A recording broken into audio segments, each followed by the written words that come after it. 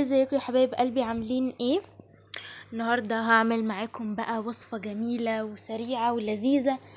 هنعملها في 10 دقايق بالظبط. هنعمل رز بلبن.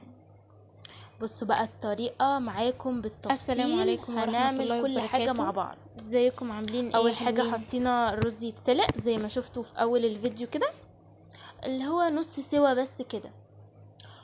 واهو زي ما انتم شايفين كده هننزل عليه كيلو من اللبن، وهنفضل نقلب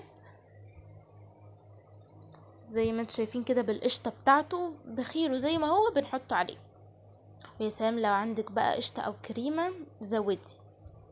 انا بصراحه ما حطيتش لان اللبن عندي كان يعني فيه قشطه وكده، فكان جميل جدا، ما كانش محتاج. بصوا، اللهم بارك اللهم بارك، تحفه تحفه، طعمه جميل قوي.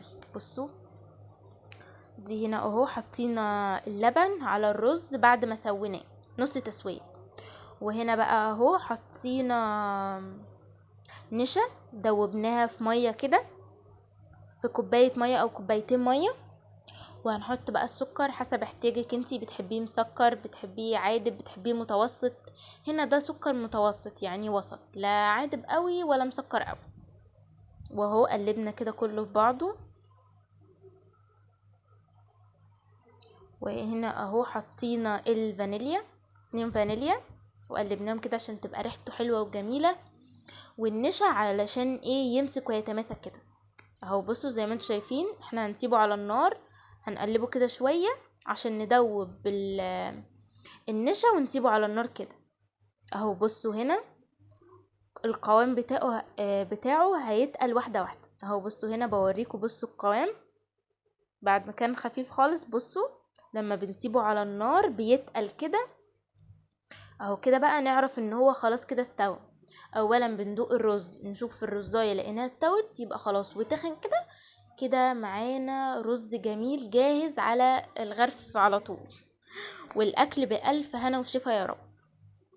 بصوا تحفه يا جماعه، تحفه وجميل. يا سلام بقى، انا بحب عن نفسي، انا بحب اكله يعني على طول كده وهو سخن. في ناس بتحبه ان هو يسقع ويتحط في التلاجة او كده، لا انا بحب اكله سخن كده. بصوا بقى هنا انا قسمتهم لفريقين. فريق بالفخار. بالفخار ده بقى احنا هنحطه في الفرن ياخد وش كده.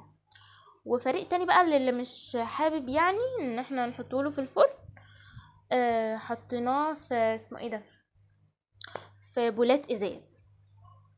بس اللي في الفخار ده عشان هيدخل الفرن، لكن الازاز طبعا مش هينفع ندخل الفرن، لو حطيناه في الفرن هيفرقع لا قدر الله يعني اهو. بصوا اديله ازدي على الحلاوه والجمال على رأي ام خالد. بصوا بقى هنا في الفرن ده اللي في الفخار، بصوا الجمال والحلاوه وهو بيغلي كده بجد ياخد قلبي من جوه.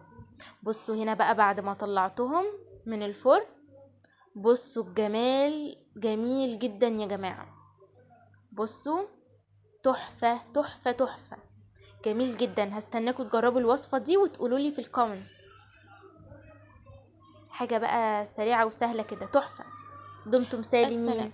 ودمتم بألف خير، واشوفكم في فيديو جديد ان شاء الله.